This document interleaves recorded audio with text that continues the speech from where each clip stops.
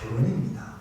오늘 본문을 통해서 하나님께서 만드신 최초의 가정, 최초의 부부 이야기를 나누고자 합니다. 오늘 본문 18절을 보시면은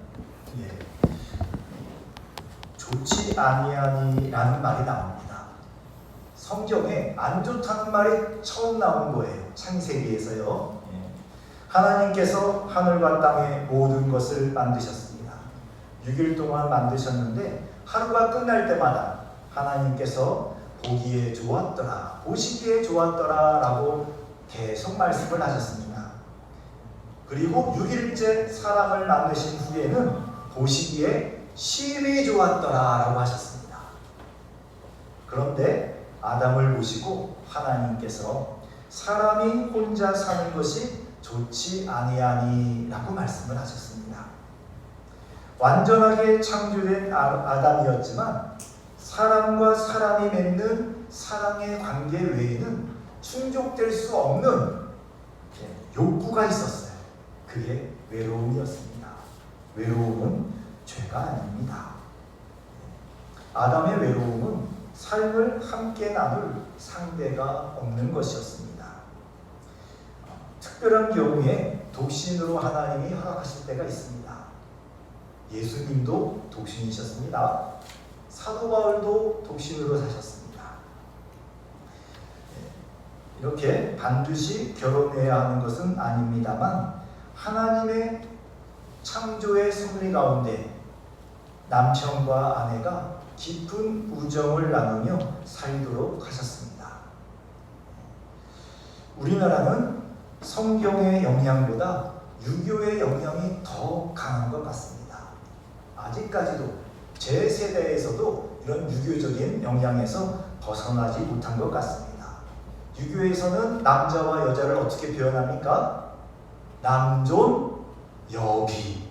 남자는 존중받아야 되고 여자는 좀 낮은 존재, 이렇게 가르쳤는데 알게 모르게 우리 생각 속에 그러한 생각들이 들어와 있습니다. 비성경적입니다. 하나님은 그렇게 말씀하신 적이 없으십니다. 그렇게 만들지 않으셨습니다. 결혼은 하나님 앞에서 남자와 여자가 동등하게 서는 것입니다. 그러나 이 범죄 이후에 하나님께서 아내는 남편을 의지하게 하셨습니다. 그리고 남편은 아내를 위해서 죽도록 일하게 하셨습니다. 누가 더 좋은 건지 모르겠습니다. 자, 그러나 이 둘 사이의 근본적인 관계는 여전히 사랑과 존중의 관계입니다. 처음에 창조하셨던 서로 사랑하고 존중하는, 그래서 제가 우정이라는 표현을 쓴 겁니다. 하나님은 내가 그를 위하여 돕는 배필을 지으리라 라고 말씀하셨습니다. 하나님께서 말씀하신 돕는 배필은 분명히 아담에게는 여자였습니다. 외로운 남자를 위해서 다른 남자를 만들지 않으셨어요. 반려동물을 데려다 주지 않으셨습니다. 이 강아지와 함께 외로움을 위로하려. 안 그러셨어요. 여자를 만드셨습니다. 돕는 배필이란 마주하고 있는 돕는 자라는 뜻입니다. 이게 이제 본래 시브리어 원어의 뜻이에요. 마주하고 있는 돕는 사람. 근데 우리 개역성경에는 그를 위하여 돕는 배필을 지으리라 라고 번역을 해두셔서 남자는 줄이고 여자는 보조인 것처럼 이렇게 비춰지는 것 같습니다만 본래의 의미는 동등하게 마주하고 있는 서로 돕는 사람이라는 뜻입니다. 그게 하나님이 남자와 여자를 창조하시고 결혼하게 하실 때의 모습이었습니다. 여자에게는 남자가 가지고 있지 않은 보완하고 보충해 줄 수 있는 능력이 있어요. 또 남자도 여자분에게 여자에게 없기 때문에, 남자이기 때문에 하나님이 주신 특별한 부분들이 있습니다. 하나님께서 아담의 옆구리에서 갈빗대 하나를 취하셨습니다. 이것은 남자와 여자가 동일한 특성을 가지고 있지만 동시에 남자에게는 사라진, 빼내가신 무엇인가가 여자분에게 있는 것을 의미합니다. 남자와 여자는 같지만 같지 않은 차이가 있습니다. 결혼은 이 차이를 극복하면서 이루는 연합입니다. 남자와 여자의 차이가 때로는 멋지게 보이지만 때로는 서로가 매우 힘들다는 것을 인정해야 합니다. 우리 결혼하신 분들은 인정하십니까? 다 끄떡끄떡하십니다. 우리 청년들 인정하십니까? 잘 모르겠습니다. 마냥 좋지요. 사귈 때는 마냥 좋습니다. 결혼하시면 알게 됩니다. 다르네. 다릅니다. 남자는 남자고요, 여자는 여자예요. 하나님이 그렇게 창조하셨거든요. 자, 그래서 함께 살도록 창조하신 겁니다. 다르니까 함께 살도록. 자, 그리고 22절을 보시면 최초의 결혼식 장면이 나옵니다. 여호와 하나님이 아담에게서 취하신 그 갈빗대로 여자를 만드시고 그를 아담에게로 이끌어 오시니, 마치 결혼식장에서 신부 아버지가 신부를 이렇게 팔짱을 끼고 신랑에게 이렇게 같이 가서 손을 건네주는 그 장면 같지 않습니까? 우리 하나님께서 여자 하와를 만드시고 아담에게로 이끌어 가셨습니다. 그리고 24절을 보시면 최초의 주례사가 나옵니다. 이러므로 남자가 부모를 떠나 그의 아내와 합하여 둘이 한 몸을 이룰지로다. 다른 복음 필요가 없습니다. 왜요? 이미 아담과 하와는 이 당시에는 하나님의 복으로 충만한 상태였어요. 죄짓기 전이거든요. 그 충만한 복 가운데에 이제 둘이서 잘 살면 됩니다. 하나가 되어서. 여기서 합한다라는 말은 단순한 육체의 결합이 아닙니다. 합한다는 것은 서로를 숙박하는 언약 관계를 말하는 겁니다. 이 결혼은, 성경이 말씀하시는 결혼은 약속이 전제된 관계예요.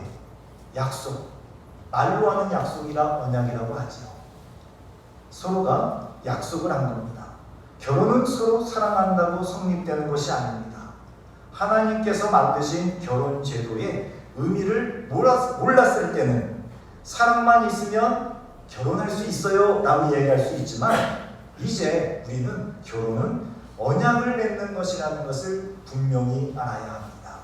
하나님 앞에서 남편과 아내가, 남자와 여자가 언약을 맺는 겁니다. 약속입니다. 약속. 누구도 깰 수 없는 그 약속을 하는 겁니다. 결혼은 육체적, 정서적, 법적, 사회적, 경제적인 이 모든 면에서 내 삶의 모든 것을 서로에게 내주겠다라는 약속이에요. 결혼을 했는데 이거는 주기가 싫어, 이거는 내가 비추기가 싫어요, 이거는 함께하기가 싫어요. 그러면 그 결혼은 하나님 앞에서 온전한 결혼이 아닙니다. 결혼 언약은 구체적인 행동이 요구되는 사랑의 결합입니다. 결혼은 서로에 대한 헌신입니다. 변하지 않는 헌신을 약속한 것이 결혼입니다. 맑은 날이나 굳은 날이나 좋을 때나 나쁠 때나 서로에게 성실한 친구요 충실한 배우자가 되겠다고 약속하는 것이 결혼입니다. 내가 좋으려고 하는 것은 하나님이 말씀하신 결혼이 아닙니다. 내 만족을 위하여 배우자를 선택하고 결혼을 시작하면 그 결혼은 하나님이 축복하시는 결혼이 못 됩니다. 나를 내어주는 마음으로, 나를 포기하고 헌신하는 그 결단으로 결혼을 시작해야 합니다. 요즘 여성가족부에서 비혼이나 동거를 결혼으로 인정하고 가정으로 인정한다는 법을 예고했습니다. 보셨습니까? 가끔 한번 보십시오. 말도 안 되는 법들이 나옵니다. 성경은 분명히 말씀하십니다. 동성결혼은 결혼이 아닙니다. 동거는 결혼이 아닙니다. 서로에게 영원한 책임을 약속하지 않는 결혼은 결혼이 아닙니다. 언제든지 이혼할 마음으로 하는 결혼은 하나님 앞에서 결혼이 아닙니다. 하나님께서 인정하시는 약속과 그에 따른 책임을 서로가 감당할 때 행복한 결혼, 행복한 가정이 되는 것입니다. 어떤 결혼이든 힘든 시기가 있습니다.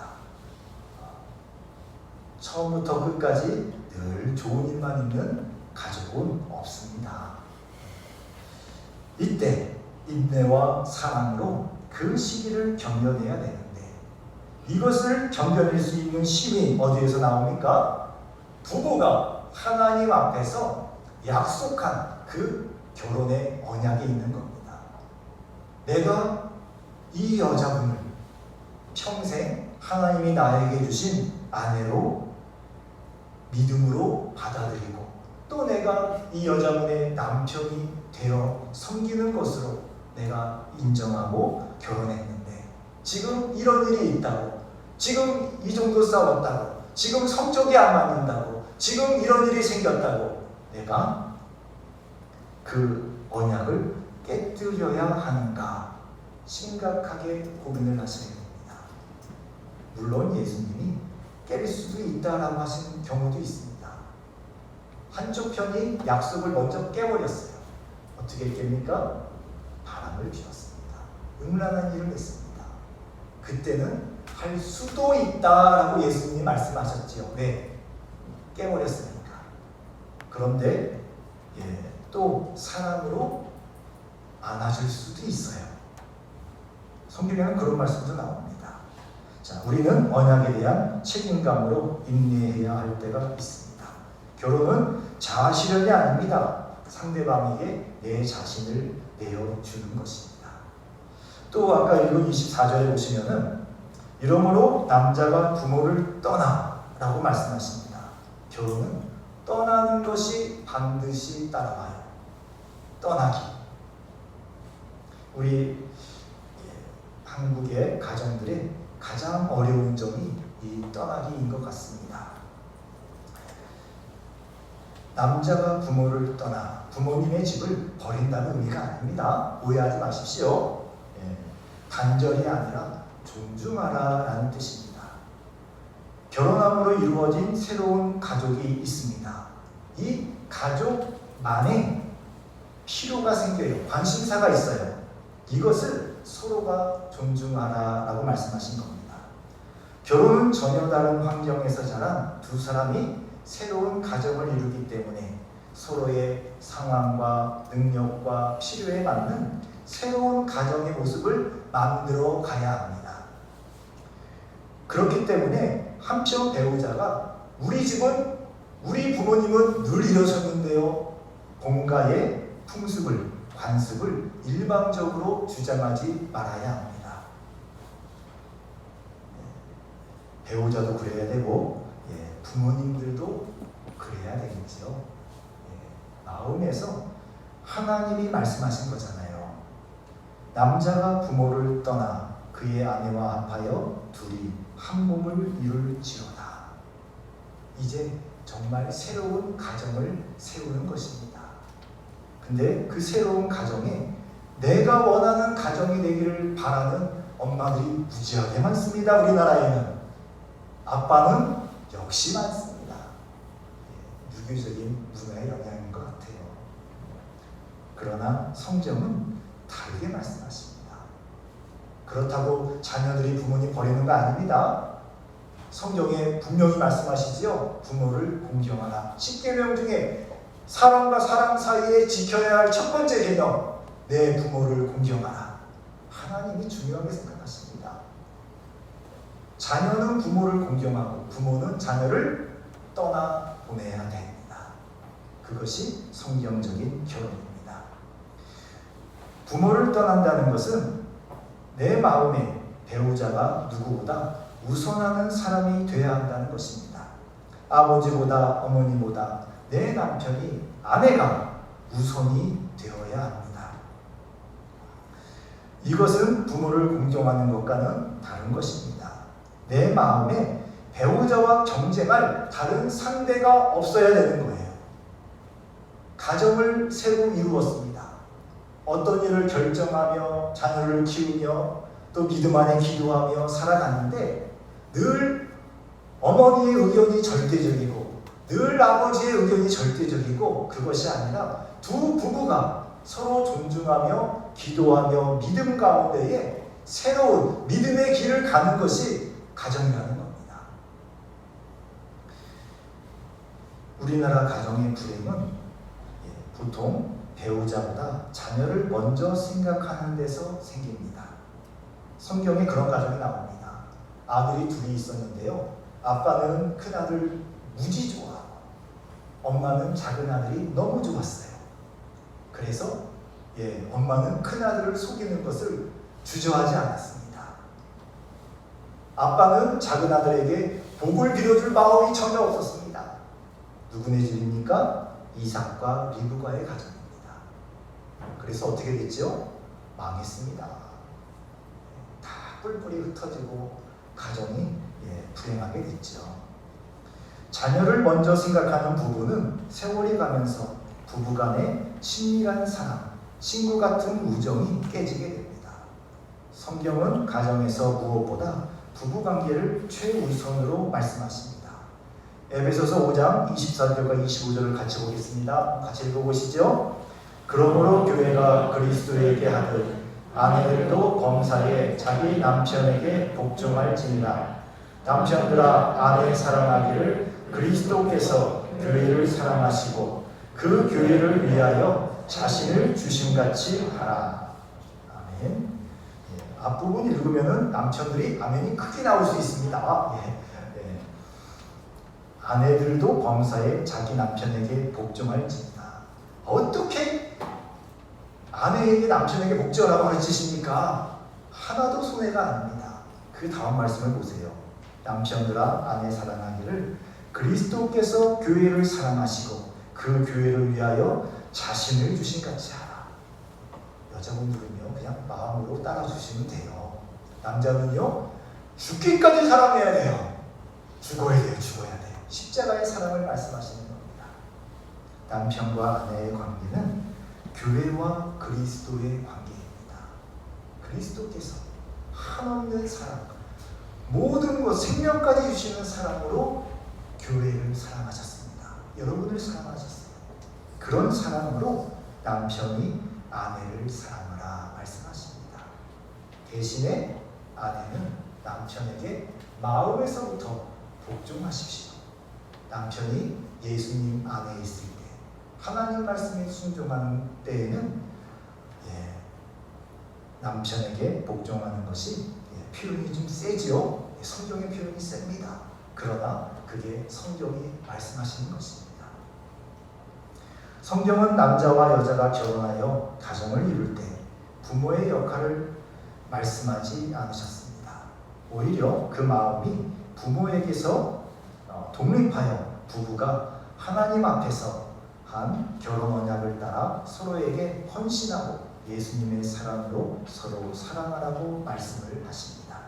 사랑하는 성도 여러분, 모든 가정에서 부부가 직면하는 가장 큰 문제는 자기 중심적인 태도입니다. 성경에 이 하나님이 처음 만드신 결혼의 모습을 보면은 그런 마음이 들 수가 없지요. 서로를 위하여 사랑하고 희생하며 살아가는 모습으로 둘이 만나게 해주셨는데 우리가 남편은 남편대로 아내는 아내대로 나를 위한 결혼 생활을 주장하며 서로 불행해집니다. 오직 예수님이 우리를 사랑하신 그 사랑으로 서로 사랑해야 합니다. 그리고 결혼이 언약이라는 것을 기억하십시오. 약속이라는 것을 기억하셔야 돼요. 서로를 섬기려고 약속을 따라 섬기려고 마음을 굳게 먹어야 됩니다. 살다 보면 흔들릴 때가 옵니다. 있지요. 혹시 한 번도 저는 흔들린 적이 없습니다.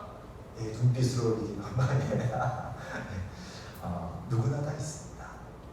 그때 그 약속, 하나님 앞에서 한 서로에 대한 약속을 생각하십시오. 그것을 지키기 위하여 마음을 굳게 잡으십시오. 그리고 부부는 인생을 함께 살아가는 친구가 되어야 합니다. 보통 부부관계는 둘 중에 하나인 것 같습니다.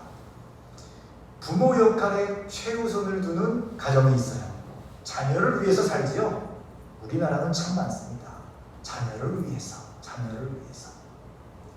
아니면 이번에는 철저하게 부부 중심의 로맨틱한 육체적 감상적 사랑으로, 그러다가 그 사랑의 감정이 식으면 또 다른 사랑을 찾아 떠날 수밖에 없죠. 둘 다 잘못된 것입니다. 성도의 결혼에서는 부부 간의 영적 성장을 중심으로 한 우정이 있어야 됩니다. 우리는 배우자가 예수님을 닮은 그런 성품의 사랑으로 성장할 수 있도록 서로 도와줘야 됩니다. 영적으로 서로가 성장할 수 있게 도와줘야 돼요. 부부가 서로의 영적 성장을 목표로 하면 행복은 저절로 따라옵니다. 그러나 결혼 생활의 첫 번째 목표가 행복이면 행복도 놓치고 영적 성장도 놓치게 됩니다. 서로가 결혼해서 나와 성별이 다른 누군가를 사랑하는 것은 큰 기쁨입니다. 그러나 동시에 참 어려운 일이기도 합니다. 하나님께서 본래 다르게 창조하셨기 때문에 성별의 차이를 뛰어넘는 사랑에는 많은 인내와 이해심, 또 겸손, 사랑이 필요합니다. 무엇보다 배우자가 하나님께서 나에게 허락하신 유일한 배우자라는 것을 믿음 안에서 인정하셔야 됩니다. 마태복음 19장 6절 말씀을 함께 보겠습니다. 그런즉 이제 둘이 아니요 한 몸이니 그러므로 하나님이 짝지어 주신 것을 사람이 나누지 못할지니라 하시니. 믿음 안에서 결혼하신 분들은 누가 여러분들을 짝지어 주신 것입니까? 하나님이 짝지어 주신 거예요. 분통 터지는 일을 하도 많이 봤습니다. 목사님이 주례를 서시고 결혼식을 했습니다. 믿음 안에서 했겠지요. 근데 1년이 뭡니까? 몇 달도 못 가서 성격이 달라요. 도저히 못 살겠어요. 이혼하는 모습들을 많이 봤습니다. 그러면 아예 결혼하지 마십시오. 심각하게 생각하고 결혼을 하십시오. 어떤 이유가 생겨도 지금 내가 기도하며 믿음으로 선택한 이 배우자가 하나님이 나에게 주신 배우자니까 죽음이 아니면 다른 쪽이 진짜 확실하게 그 약속을 깨뜨린 것이 아니라면 내가 결코 이 약속을 깨뜨리지 않겠습니다. 이 결심을 가지고 결혼하셔야 됩니다. 하나님의 섭리를 믿고 서로에게 인내하며 사랑하며 결혼 생활을 하셔야 됩니다. 그리고 꼭 기억할 것은 나중에 예수님 믿으신 분들도 있잖아요. 그러면 그 관계를 만들어 가셔야 돼요. 만들어 가셔야 됩니다. 쉽게 포기하지 마십시오. 하나님께서 섭리 가운데 여러분의 배우자가 그분이 되게 하신 것은 다 뜻이 있습니다. 그 하나님의 크고 크신 뜻 가운데에 여러분이 인내하고 사랑하고 섬기며 그분을 위하여 기도하면 주님께서 때가 되면 또 그분을 주님 품으로 다 인도해 주십니다. 이러한 일들을 할 때 꼭 기억하셔야 될 것은 모든 변화의 시작은 남편이 아닙니다. 아내가 아닙니다. 바로 나예요. 내가 먼저 변해야 됩니다. 아직 남편이 예수 안 믿는데요. 아내가 예수 안 믿는데요. 그래도 내가 먼저 변해야 됩니다. 이미 나는 예수님 안에 들어와 있으니까 예수님 안에서 이 결혼의 언약을 세운 것처럼 그 마음으로 남편에게 복종하고 아내에게 정말 죽을 힘을 다하여 사랑하고 섬기는 그런 모습으로 내가 먼저 변해야 합니다. 이 변할 때 아주 중요한 게 말인 것 같습니다. 저도요 어떨 때 제 아내에게 화가 날 때가 있습니다. 그러면 세게 나가면 본전을 못 찾아요. 적당히 하는데 꼬아서 말을 하기도 합니다. 비난하는 말을 만들어서 하기도 하고 이렇게 원망을 하기도 하고 당신 때문에 이렇게 삥 둘러 이야기를 하기도 합니다. 다 알지요. 저도 알고 알 겁니다. 예, 아주 성화가 덜 돼서 그렇습니다. 그런 말들을 하고 싶지만 하지 말아야지요. 서로가 생명을 살리는 말을 해야 됩니다. 나 때문에 이렇게 된 거지요. 내가 잘못했습니다. 그리고 사랑을 표현하는 말들을 아끼지 마십시오. 사랑하는 성도 여러분, 하나님이 주신 결혼 생활에 또 가장 귀한 열매는 우리 자녀들 아니겠습니까? 우리 자녀들에 대하여서 정말 좋은 찬양이 하나 있습니다. 제목이 이 아이들을 만나주세요 라는 찬양인데 이 작사 작곡하신 분 또 노래 부르신 분 부부이신 것 같아요. 이 10대 자녀를 위하여서 이 노래를 만드셨어요. 한번 같이 보시겠습니다.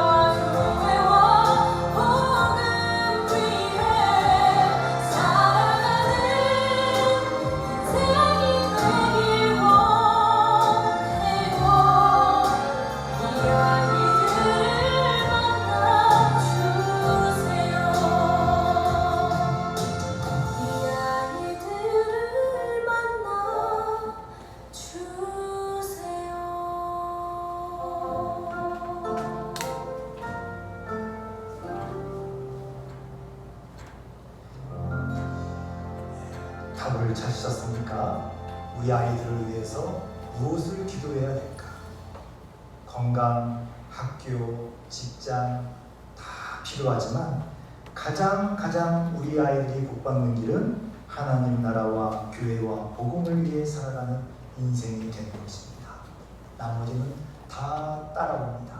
정말 따라옵니다. 우리 부모님들의 힘으로 되질 않습니다. 우리 하나님이 우리의 자녀들을 만나 주셔야만 합니다.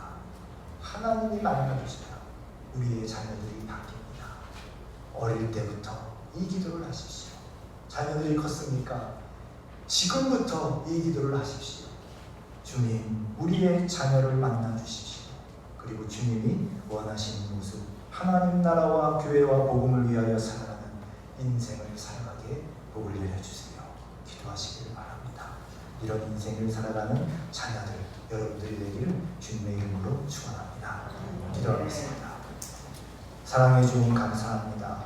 예수님을 믿고 결혼한 가정도 있고 예수님을 모를 때 결혼한 성도들도 있습니다.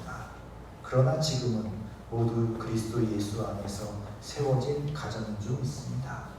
우리 오산 성도교회 모든 가정이 하나님께서 처음 만드신 가정처럼 서로 신뢰하고 섬기며 사랑하는 가정이 되기를 원합니다. 내 꿈을 이루는 결혼이 아니라 서로 사랑하여 섬기는 결혼이 되게 하여 주옵소서. 그래서 부부도 행복하고 자녀들도 행복한 가정 되기를 원합니다. 어린 자녀들이 하나님 나라와 교회와 복음을 위해 살아가는 행복한 삶을 살기 간절히 원합니다. 예수님의 이름으로 기도했습니다. 아멘. 다 함께 일어나셔서 감사해요 깨닫지 못했었는데 함께 찬양하겠습니다.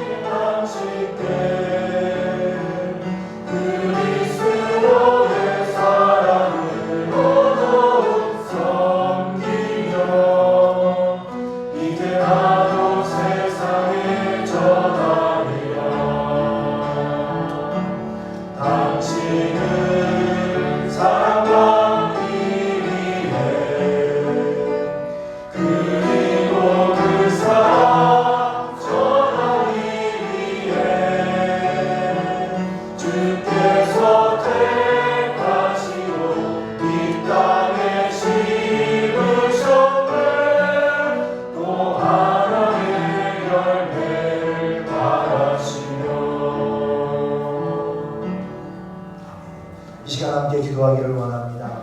부부가 서로 사랑하고 섬기며 깊은 우정이 있는 친구로 살아가기를 원합니다. 예수님께서 주신 우리의 자녀들 예수님이 만나 주옵소서. 우리의 자녀들이 하나님 나라와 교회와 복음을 위해 살아가는 복된 삶을 살기를 원합니다. 간절히 함께 기도합니다. 주여 부르고 기도하겠습니다. 주여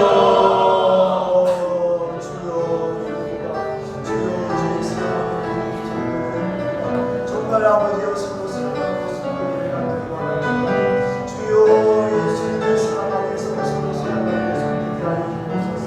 내가 나를 주장하는 것이 아니라 아버지여 안에 있는 남편에게 물적하고 또 남편은 나를 죽도록 사랑하는 그리스도의 십자가의 사랑으로 살아가게 하여 주시옵소서. 아버지 그리고 인생을 살아갈 때 서로가 의지하는 친구가 될 수 있기를 원합니다. 주여 끝까지 함께 가는 정말 그 마음의 깊은 친구가 되게 하여 주옵소서. 무엇과 바꿀 수 없는 아버지의 깊은 친구가 되게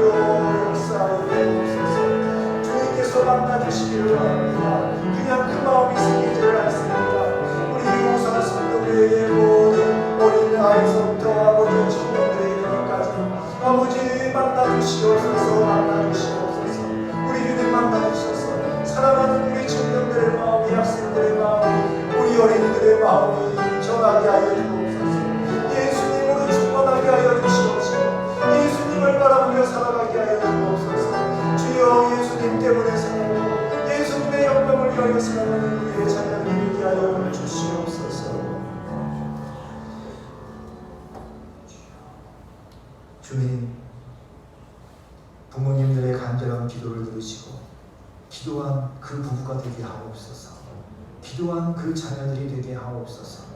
아직 가정을 이루지 않은 분들 주님 앞에 이런 가정을 꿈꾸며 기도했습니다. 주님께서 이런 아름다운 가정, 성경 안에서 하나님의 축복 가운데 세워지는 이 놀랍도록 아름다운 가정을 우리가 보게 아직 결혼하지 않은 분들, 이 기도를 붙들고 기도하신 우리 사랑하는 분들에게 주여 축복하여 주옵소서. 이제는 예수 그리스도의 은혜와 아버지 하나님의 영원하신 사랑하심과 성령의 교통하심이 하나님이 기뻐하시는 가정을 이루고 교회와 예수님의 관계처럼 서로 사랑하고 헌신하려는 부부들과 모든 가정 위에 이제로부터 영원히 함께 있을지어다. 아멘.